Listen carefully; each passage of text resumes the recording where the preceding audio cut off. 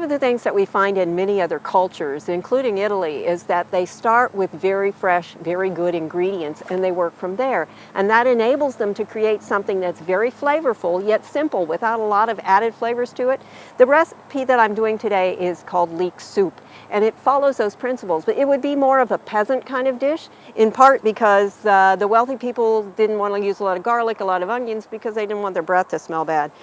So this would be people who couldn't afford the spices and didn't really have a choice as to whether their breath was going to smell bad or not.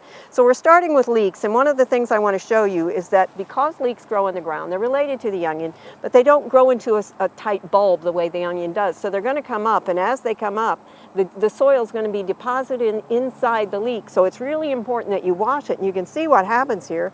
As this has just been pushed up through the soil, it's got tons of dirt and other things in there that we don't want to eat.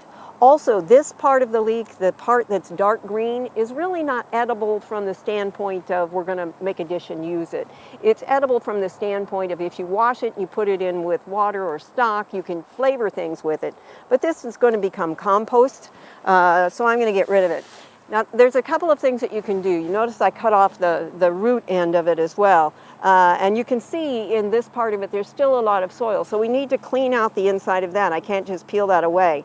The outer ones are probably a little bit tougher than I want to use, so I am going to peel that one off simply because it's going to be more tough than I want. But I'm going to have to take care of this part of it too. So a couple of things you can do. If you're going to use the leek whole, you can cut down this far and then fan it out and wash it. However, I'm going to use this leek in a little bit different way. So I've got a little bit easier to wash. Again, if I'm going to use it in halves to grill it or something like that, I can go through that and wash it that way. But I'm going to just open it that way and then slice it off into small half moons. And you notice I haven't even washed it yet because it's going to get washed in a minute, and I'll show you what I mean here with just part of it. I'm going to put this in a big pan of water. If I was going to saute this, I would do it a different way because I want to make sure it's totally dry. But this one is not going to get sauteed. It's going to get basically cooked with water, a little bit of oil, and some other vegetables. So I can do this and clean the vegetable this way and then lift this out. You don't want to drain it out or that soil will come back on, but that can go in your dish. It doesn't have to be dried out. If you're making a salad, for instance, you want to make sure that was as dry as possible, and I didn't get all the dirt there. Get a little bit more off. But that's now ready to go. And this one would be treated the same way. I've done this with 4 leeks already. I'm going to start with 4. Now, if you don't have a leek, what are you going to do? Well, you could use something like this. This is sort of a cousin of a leek, but you're going to do a lot of chopping and so on. They're just too small. If you have to use an onion, you can do that, but choose a sweet one. It's going to come closer to representing the flavor of the leek, which is milder and sweeter than that of an onion. So a sweet onion will probably come close. When we adapt recipes here in the States, we make decisions on what we can change, and that may be one of the things that you decide you need to alter. So let me see if I can get this started. Since we're not going to saute it, I don't need to heat the pan up and add the oil and then add all the vegetables in it. But I do have 2 tablespoons of olive oil that I am going to use in here. And then also in here, I'm going to add, the pan isn't hot yet, but that's okay. I'm going to add about 1 stalk of celery, which will be anywhere from half to 3/4 of a cup. About the same amount of carrots, half to 3/4 of a cup, or just 1 large carrot. And then 2 tablespoons of water. And we're going to bring that up and to a boil and simmer, reduce the heat a little bit, and we're going to cook it for about 5 minutes. We're not trying to totally cook it because there's other ingredients and more cooking coming later. We're not trying to saute the onions to develop flavor. We're just getting these things started. These have softened up a little bit. We've developed a little bit of flavor. Some of the water has evaporated, so we're getting a little bit of saute, but that's not the primary goal here. Also, I've left the lid off, and I'll leave the lid off through the entire cooking process, which is a little different than many of the times we cook rice. Rice is one of the main ingredients here, and usually when you cook rice, you use the exact amount of water you need to be absorbed. But because this is a soup, the rice is actually going to be working as a thickening agent. I've added 6 1/4 cups of you have options. I've used a reduced sodium chicken broth. You could use water, you could use half and half.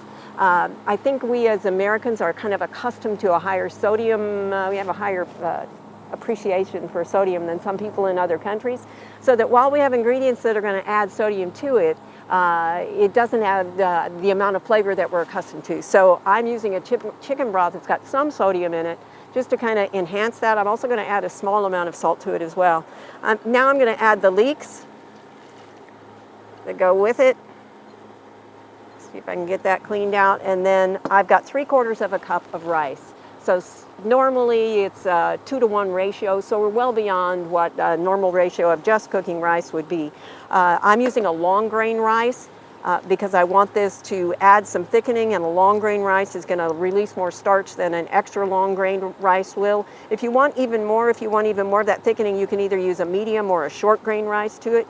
We're going to bring that up to a boil, and then we're going to let it cook as long as your rice needs to cook.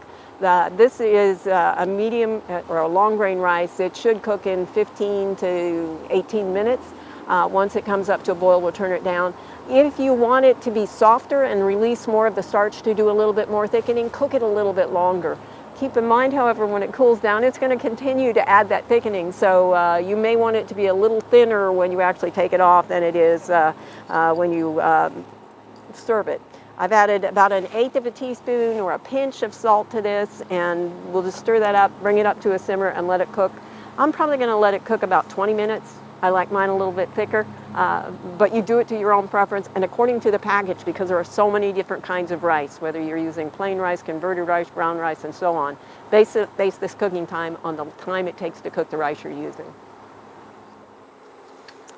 There you have it. You can see that the rice has really thickened the soup up. It's expanded. Remember, you can cook it less if you choose. This makes 4 servings of soup. They're going to be fairly generous. In an Italian family, they would use a large, wide soup plate. I'm going to use this one for today because it's one of the few that I have that's not white, which work better on camera. And then also, they serve it with plenty of parmesan. Now you don't, and this is why you get so much more of the sodium content, and why you don't add so much when you're making the soup itself, because you're going to get a lot here. This you would stir in as you eat it, serve it with a side salad, and you've got a great lunch or a light supper. I hope you're going to try this one. It's leek soup. For Oklahoma Gardening, I'm Barbara Brown.